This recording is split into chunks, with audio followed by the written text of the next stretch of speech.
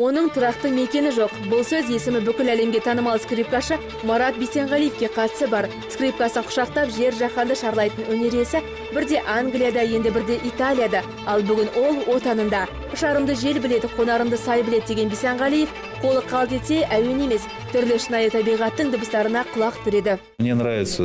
Маған түрлі дыбыстарды тыңдаған ұнайды. Әсіресе табиғаттағы дыбыстар менің шабытымды оятады. Судың, су бұрқақтың дыбысын, жануарлардың дауысын өте қатты жақсы көрем.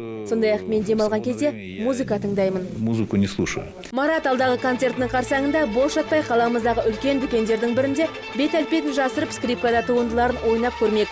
Жәшікке түскен нәсіпті Марат қайырымдылық қорға тапсырмақ. Сама идея на Ең қызығы, мені ол жерде ешкім танымайтын болады. Менің бетім арнайы гриммен боялған. Сөйтіп мен скрипкада әртүрлі шығармаларды ойлаймын.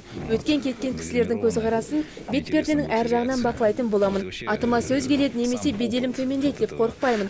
Қайырымдылық үшін қолдан келгенде жасау керек.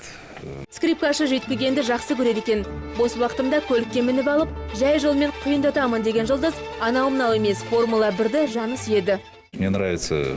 Телеарналарда Формула 1-ді көрсетіп жатса, мүл кетпей қараймын. Ал енді мүмкіндік болған кездерде сол көлікте жеткізгенге не жетсін. Қазақстандағы үлкен концертін аман-есен өткізген соң, Марат Бисенғалиев өзінің 50 жылдық мерейтойына байланысты әлем бойынша турнеге аттанбақшы.